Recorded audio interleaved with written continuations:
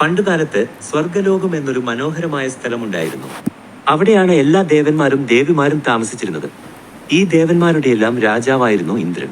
ശക്തനും ധീരനുമായിരുന്നു ഇന്ദ്രൻ. അദ്ദേഹത്തിന്റെ കയ്യിൽ വജ്രായുധം എന്നൊരു പ്രത്യേക ആയുധമുണ്ടായിരുന്നു, മിന്നൽ പോലെ ശക്തമായ ഒന്ന്. ഇന്ദ്രന് ഒരുപാട് ഉത്തരവാദിത്തങ്ങളുണ്ടായിരുന്നു. സ്വർഗലോകത്തെയും ദേവന്മാരെയും എല്ലാ ദുഷ്ടശക്തികളിൽ നിന്നും സംരക്ഷിക്കുക എന്നതായിരുന്നു അതിൽ പ്രധാനം. മഴ പെയ്യിക്കാനും ഇടിമുഴക്കമുണ്ടാക്കാനും ഇന്ദ്രന് കഴിവുണ്ടായിരുന്നു. അതുകൊണ്ട് കൃഷി ചെയ്യുന്ന ആളുകൾക്കും ജീവജാലങ്ങൾക്കും മഴ നൽകി അവരെ സന്തോഷിപ്പിക്കുന്നത് ഇന്ദ്രനായിരുന്നു. ഇന്ദ്രന്റെ വാഹനം ഐരാവതം എന്നു പേരുള്ള ഒരു വലിയ വെളുത്ത ആനയാണ്. ഈ ആനയ്ക്ക് 4 കൊമ്പുകളുണ്ടായിരുന്നു. അത് വളരെ മനോഹരമായി കാണപ്പെട്ടു. ഇന്ദ്രൻ എവിടെ പോകണമെങ്കിലും ഐരാവതത്തിന്റെ പുറത്താണ് യാത്ര ചെയ്യാറ്. ഇന്ദ്രന് ശചി ദേവി എന്നൊരു ഭാര്യയുണ്ടായിരുന്നു. അവരും വളരെ ശക്തിയും നല്ലവളുമായിരുന്നു. ഇന്ദ്രനും ശചിക്കും ജയന്തൻ എന്നു പേരുള്ള ഒരു മകനുണ്ടായിരുന്നു. ഇന്ദ്രൻ പലപ്പോഴും തന്റെ ശക്തിയും അധികാരവും കാണിച്ച് മറ്റുള്ളവരെ ഭയപ്പെടുത്താൻ ശ്രമിച്ചിട്ടുണ്ട്. ചിലപ്പോൾ അഹങ്കാരം അദ്ദേഹത്തെ തെറ്റായ കാര്യങ്ങൾ ചെയ്യാൻ പ്രേരിപ്പിച്ചിട്ടുണ്ട്. മുനിമാരുടെയും ഋഷിമാരുടെയും തപസ്സിൽ അദ്ദേഹം അസൂയപ്പെട്ടിരുന്നു. അവർ തന്റെ ശക്തിയേക്കാൾ വലിയ ശക്തി നേടുമോ എന്ന് ഭയന്ന് അവരുടെ തപസ് മുടക്കാൻ ശ്രമിച്ചിട്ടുണ്ട്. ഒരിക്കൽ വൃത്രാസുരൻ എന്നൊരു ഭീകരനായ അസുരൻ ലോകത്തെ വെള്ളം മുഴുവൻ തടഞ്ഞുവെച്ചു. ജീവജാലങ്ങൾ വെള്ളമില്ലാതെ വലഞ്ഞു. അപ്പോൾ ഇന്ദ്രനാണ് മുന്നിട്ടിറങ്ങി വൃത്രാസുരനുമായി യുദ്ധം ചെയ്തത്. ദദീചി മഹർഷിയുടെ അസ്ഥി കൊണ്ടുണ്ടാക്കിയ വജ്രായുധം ഉപയോഗിച്ചാണ് ഇന്ദ്രൻ ആ അസുരനെ തോൽപ്പിച്ചത്. അങ്ങനെ ലോകത്തിന് വീണ്ടും വെള്ളം ലഭിച്ചു. മറ്റൊരിക്കൽ ഗൗതമ മഹർഷിയുടെ ഭാര്യയായ അഹല്യയെ ഇന്ദ്രൻ വഞ്ചിച്ചു.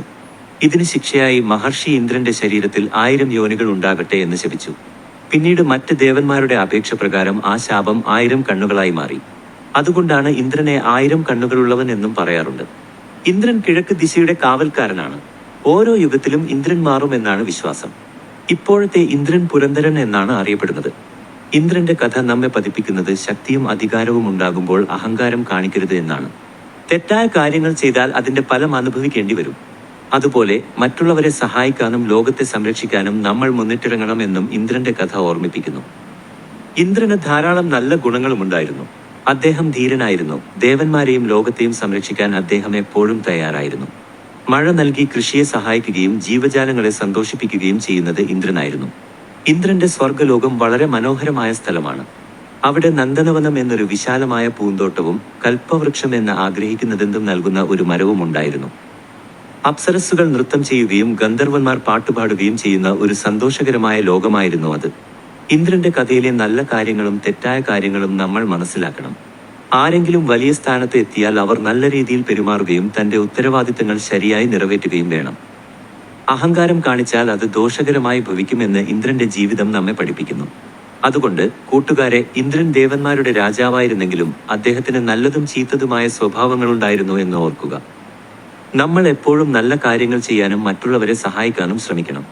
ഇന്ദ്രന്റെ ഈ ലളിതമായ കഥ നിങ്ങൾക്ക് ഇഷ്ടമായെന്ന് കരുതുന്നു. അദ്ദേഹത്തെക്കുറിച്ച് കൂടുതൽ കാര്യങ്ങൾ നിങ്ങൾക്ക് മുതിർന്നവരോട് ചോദിച്ച് അറിയാൻ സാധിക്കും.